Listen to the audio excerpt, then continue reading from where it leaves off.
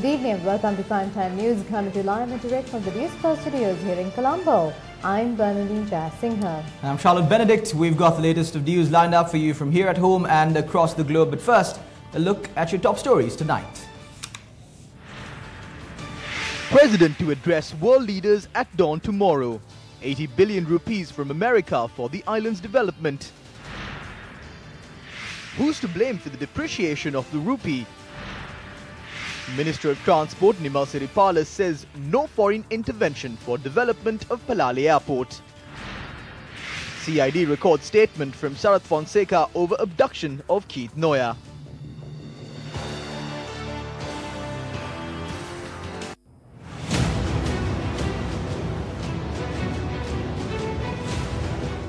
Taking a look at those stories in detail now, President Maithripala, who is currently in New York, attended two events today that were held on the sidelines of the 73rd United Nations General Assembly. President Maithripala attended the Global Call to Action on the World Drug Problem as the first event of the UNGA Week in New York.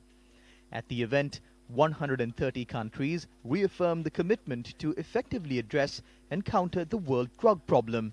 The United Nations General Debate commenced at the General Assembly with the Nelson Mandela Peace Summit, marking the centenary of the birth of South Africa's first democratically elected president and global civil rights icon. Member states adopted a historic political declaration declaring 2019 to 2028 the Nelson Mandela Decade of Peace and calling on all world leaders to, quote, redouble efforts to pursue international peace and security, development and human rights, unquote. President Sirisena spoke before the state leaders at the event. Several other state leaders, diplomats and activists spoke at the event, including the President of South Africa, Cyril Ramaphosa, and Canadian Prime Minister Justin Trudeau. The United States will provide an 80 billion rupee grant to Sri Lanka for several development projects. This was assured to President Maithripala by the Chief Operation Officer of U.S. government-owned Millennium Challenge Corporation, Brock Bierman, when he called on the President on the sidelines of the United Nations General Assembly. President Maithripala will address the United Nations General Assembly tomorrow, where he will provide two resolutions regarding the country, which include factors pertaining to national security, sovereignty, as well as the security forces. We will bring you the details of the President's visit to New York tomorrow as well. For the Newsfirst team, I am Chaturanga Hapuarachi, reporting from New York. Now, Newsfirst Chaturanga Hapuarachi also spoke to Minister of Health Dr. Vaidya Ratna in New York, USA. From the international perspective, Sri Lanka has been an important country. And in the past, we see leaders, current government, leaders of the past government going to India all of a sudden. This relationship between India is going from stronger to stronger over the past few months.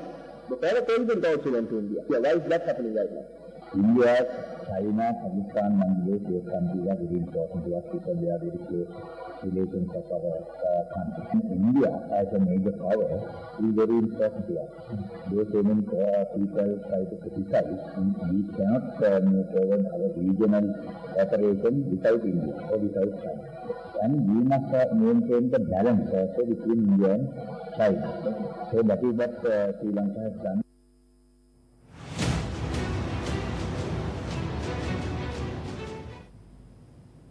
Archbishop of Columbus, His Eminence Malcolm Cardinal Ranjit expressed the following views in Jayala recently.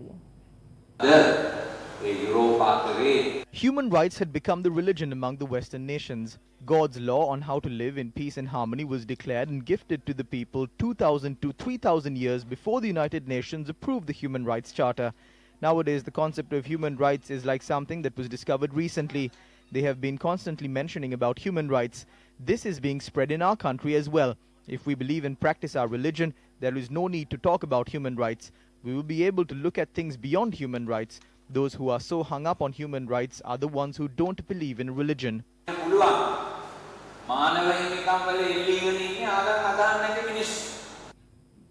Former President Mahinda Rajapaksa says the depreciation of the rupee against the US dollar has reached dangerous proportions. Issuing a communique, the former president pointed out that although the current government had blamed the strengthening of the US dollar as the main reason for the depreciation of the rupee, in reality, it is the Yahapalaniya government's economic mismanagement that had led to the current situation. The former president points out, although a similar situation arose during the global financial crisis in 2007-2008, his government was successful in managing the economy in a manner that it did not affect the country. The communique further notes that the US dollar, which was at 110 rupees and 62 cents in 2007, only rose to 114 rupees and 92 cents in 2009 at the end of the economic crisis, even while the country was embroiled in a civil war. The communique noted that the fallacious increase in wages, reduction in fuel prices and reduction of taxes of certain imported goods given to the public in view of winning the 2015 general elections had created a sudden increase in government spending. The former president pointed out that the present government, with no clear plan, had obtained commercial loans to bridge the trade deficit created by an increase in fuel and motor vehicle imports. The depreciation of the rupee is spoken of at almost every single public forum. The joint opposition today commented on the statement made by Prime Minister Ranil Wickremesinghe on the depreciation of the rupee. The former president has spoken about this matter. He was the former finance minister and he is well conversant on the subject than us. I have not served in that capacity, but he spoke on the matter. When he was the finance minister, the value of the rupee against the dollar was 113.90 cents. In a matter of 4 months, it became 132 rupees and 55 cents. There was no global financial crisis back then. I wish to ask him, how can this be sorted out? The main issue we have is the debt. On one end, they took commercial loans and on the other, they took from the Templeton Fund. They took money from various others. What were they utilized for? Was it for anything fruitful? Can anyone from this end to the other tell me the exact amount of foreign debt we have to repay for the next year? It's $4,000 million. They didn't have the funds for that. Thankfully, Maithripala Sirisena was elected.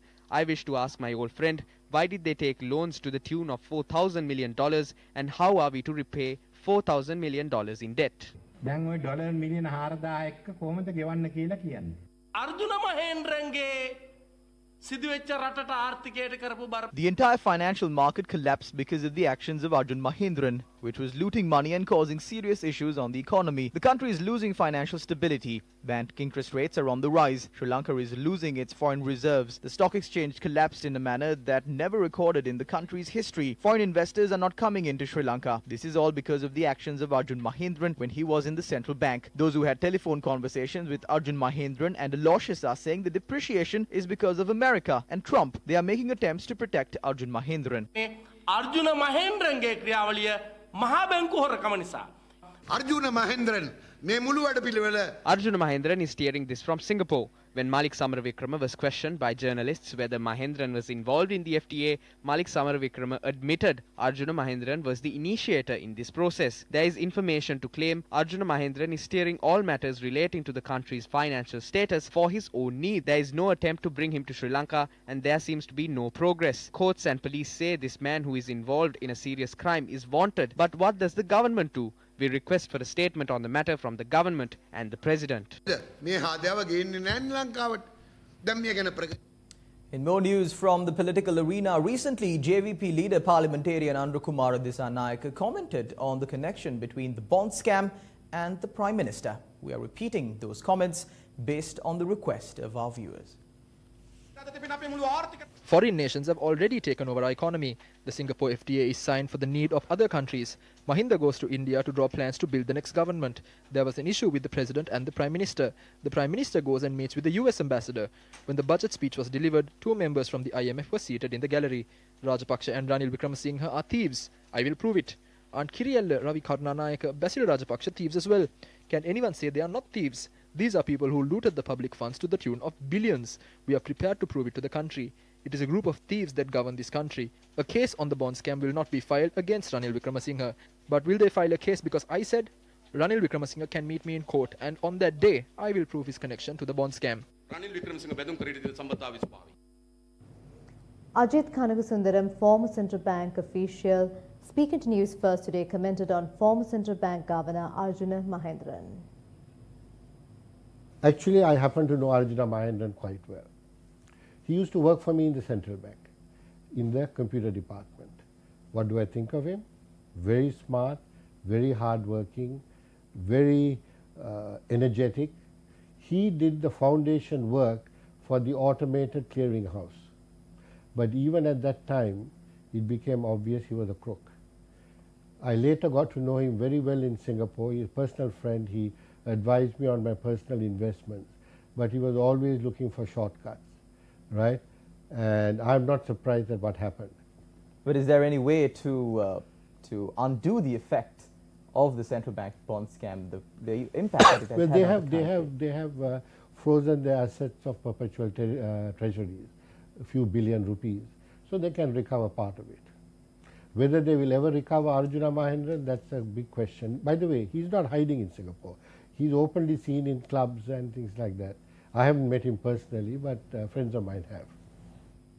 Opposition MPs of the Southern Provincial Council voiced their objections today against the depreciation of the rupee and the increasing prices of fuel and gas. UPFA members of the Southern Provincial Council, including Aryavansa Shammu, AGC Piasiri and Venerable Baddegama Samithathera, expressed their protest over increasing prices of fuel and gas by entering the council premises with a gas cylinder and fuel barrel in hand. UPFA member Channa Salia Mendis was also among them.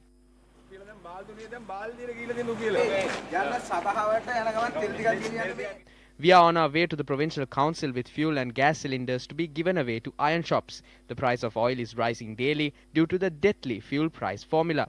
We should maintain stocks of fuel as the price of fuel will increase in the coming months. This government does not do what they promise. The Prime Minister says one thing and the President another. The ministers also say different things. The people have given up. We are bearing all these problems with the greatest difficulty. It is not easy to continue this fight. So this is a reminder to all that we will continue this struggle until we defeat the present government. The rupee is not the only thing that depreciated to the lowest point. The Finance Minister and IGP have the same fate. Minister of Transport and Civil Aviation, Maithripala de Silva, has reiterated that the development of the Palali airport should not be handed over to another country. A discussion on the development of domestic airports in the island was held at the Ministry of Transport and Civil Aviation. The meeting was chaired by Minister of Transport and Civil Aviation, Maithripala de Silva. The minister said that an agreement to fund the renovation and extension of the runway at the airport where an A320 aircraft can land has already been reached between the Civil Aviation Authority and the Tourism Board. The minister informed officials during a meeting held today that a feasibility study should be conducted and the renovation should begin as soon as possible. It was also revealed at the discussions that the Ministry of Transport and the Tourism Board have submitted a joint letter on the matter to the Cabinet of Ministers. The president of the National Trade Union Centre, KD Lal Kanta, speaking at an event organised by the Education Service Employees Thrift and Credit Cooperative Society, made the following comments. When the JVP establishes a government in this country, salaries will not be paid on time. Why didn't the Rajapaksas do anything, and why isn't the present government doing anything? They draw salaries not for the tasks that are done. Rulers draw salaries for doing nothing. They have ministerial designations and draw salaries for doing nothing. They even enjoy various perks. How many years should one be in parliament to draw a pension? Is it 5 years? No. 1 day for 3 months, 4 days for a year and 20 days for 5 years. What they do is attend parliament just for 1 day inside 3 months while doing nothing or engaging in businesses or travelling overseas using the title of MP. They draw a pension for life. Have they done anything to draw a pension? The former Chief of Staff as the Presidential Secretariat, Dr. K. Mahanama, and former Chairman of the State Timber Corporation, Piyadasa Dissanayaka, was granted bail today by Colombo Chief Magistrate Ranga Dissanayaka. Dr. K. Mahanama and Piyadasa Dissanayaka were in remand custody for more than 4 months for soliciting a bribe of 20 million rupees from an Indian national. Considering the application for bail filed for the 4th time on behalf of the suspects, the Chief Magistrate ordered for them to be released on a cash bail of 100,000 rupees each and sureties of 2 million rupees each placed by 6 bondsmen. The Colombo Chief Magistrate ordered the Commission to investigate allegations of bribery or corruption to file any objections on the bail order on the 11th of December. Former OIC of the Police Narcotics Bureau IP Neomal Rangajiva, who was arrested and remanded over the Valikada prison riots, was granted bail by the Court of Appeal. He was charged with the killing of 27 inmates and prisoners at the Valikada prison in 2012. IP Neomal Rangajiva was barred from overseas travel and was released on 2 surety bails of 200,000 rupees each. He was ordered to appear before the Criminal Investigations Department every Sunday. Minister Field Marshal Sarath Fonseca visited the Criminal Investigations Department today to provide a statement over the abduction of journalist Keith Noya. Today was incidentally the second time the CID recorded a statement from Minister Sarath Fonseca over the abduction of journalist Keith Noya. The minister, who visited the CID premises just after 12 noon, left at around 4:30 this evening after providing a statement for more than 4 hours. Minister Sarath Fonseca served as the commander of the Sri Lanka Army when Keith Noya was abducted. Gotabaya Rajapaksa has given evidence over here claiming that I was aware of the assault on Keith Noya. They questioned on what response I would give on the allegations made by Keith Noya. When I was in prison, Gotabaya Rajapaksa imprisoned those who served under me and tortured them for months. There were colonels and brigadiers in the army. They attempted to connect me to the assaults and murders. They are still attempting to do so. However, they fail all the time. He failed at that time, and how is he trying to achieve it now? I only spearheaded the war. The intelligence from Colombo was spearheaded by Gotabaya Rajapaksa. The Criminal Investigations Department today produced before the Mount Lavinia Magistrates Court the statements it recorded from the present Secretary of Defence over the abduction of journalist Keith Noya. Earlier, court ordered the CID to record a statement from the incumbent Secretary of Defence over the Badu at the safe house. The CID informed court that the Defence Secretary had claimed the Sri Lanka Army does not possess any documentation on the matter. However, officials claim they are to receive certain documents. The statement recorded from former Secretary of Defence Gotabaya Rajapaksa was also produced in court today. The CID today presented facts before court on the revelations made on the telephone conversations that raised suspicions with regard to the security of the President and the former Secretary of Defence. Presenting facts to court, the CID informed Fort Magistrate Lanka Jayaratna that an Indian national who allegedly had connections with Operation Director of the anti-corruption movement, Namal Kumara, was arrested. The Indian national has been identified as M. Thomas. The CID informed court that suspicious details were uncovered from the statements recorded from him on possible issues on the security of the President and the former President and the former First Family. The CID informed court that further investigations are underway while having the suspect in detention. The magistrate ordered the CID to direct Namal Kumara, who is allegedly involved in these phone conversations, to the government analyst to obtain a voice sample for the investigations.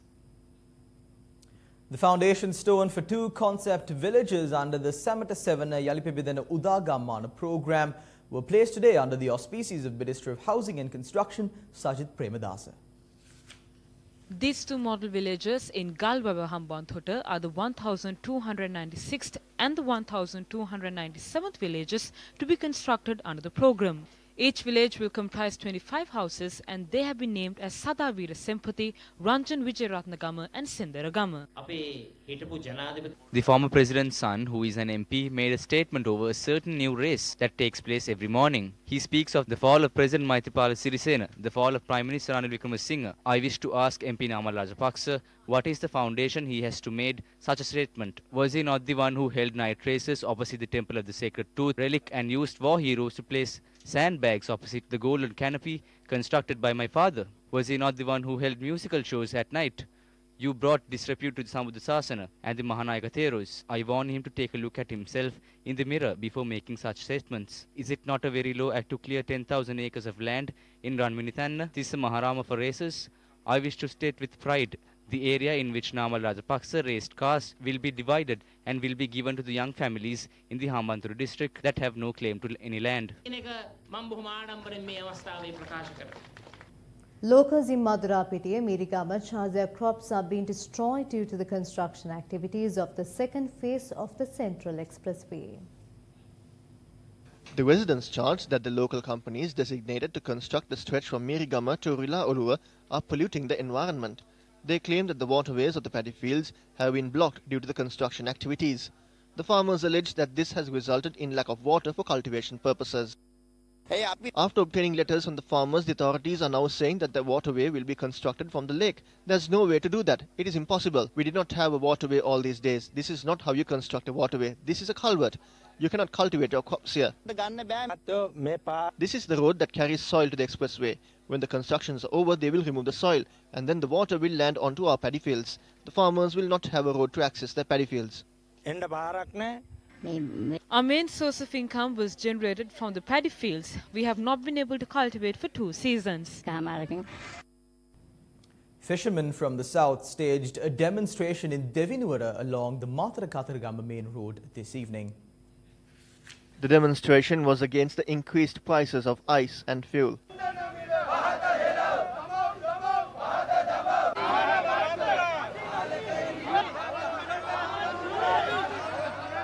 Fishermen who took part in the demonstration claimed the price increase caused serious difficulties on their livelihoods.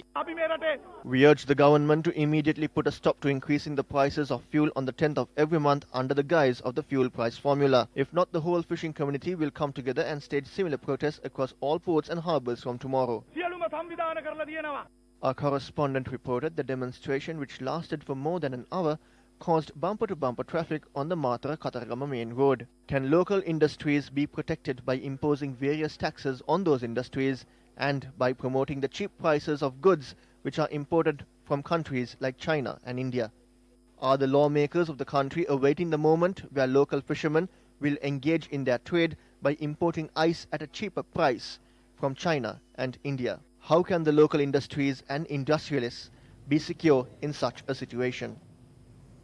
The Maldives is preparing to launch money laundering investigations against outgoing President Abdullah Yameen. Former President of the Republic of Maldives, Mohamed Nasheed, speaking exclusively on Newsline this morning, said Chinese investments need to be probed. It's going to be very difficult for us to regain the confidence in our monetary system without investigating this. So, yes, President Yameen will be investigated for money laundering. President Yameen will be investigated for disappearances. Right. The journalists who we've lost, the politicians who we've lost, the young men murdered on Malé streets. So we must conduct a proper investigation into that. We must conduct a proper investigation to theft from government finances and funds. How about, will you be re-looking at the contracts with China? Well, yes, we will be assessing, we will be auditing the contracts with China, and especially what came to the Maldives. Has all this money actually been invested here in the Maldives?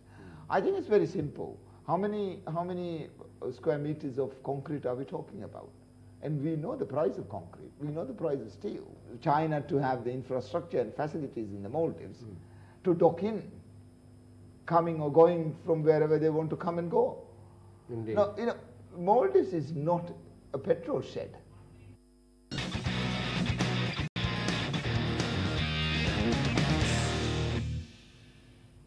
Some news from the sporting arena tonight. Angelo Matthews, in a media release, said he relinquished his duties as captain as per the request made by the selection committee and the coach to step down as Sri Lanka's captain of the ODI and T20 teams. Now, following this, social media was abuzz with claims that Angelo Matthews has been dropped from the England tour. India women recorded a massive 51-run victory over Sri Lanka in the 5th T20I in Katanayake to register a 4-0 series win with a game lost to rain.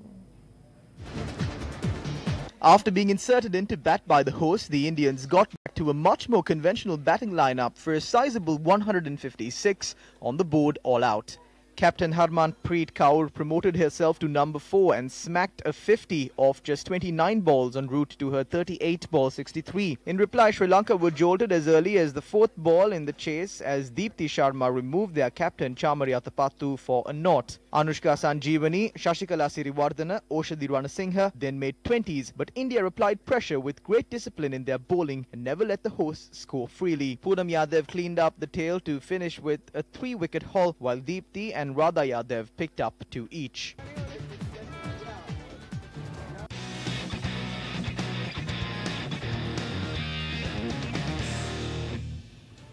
With that, we wrap up Primetime News. I'm Bandin Chaya Singha. And I'm Charlene Benedict. Thank you very much for stopping by. Good night and God bless.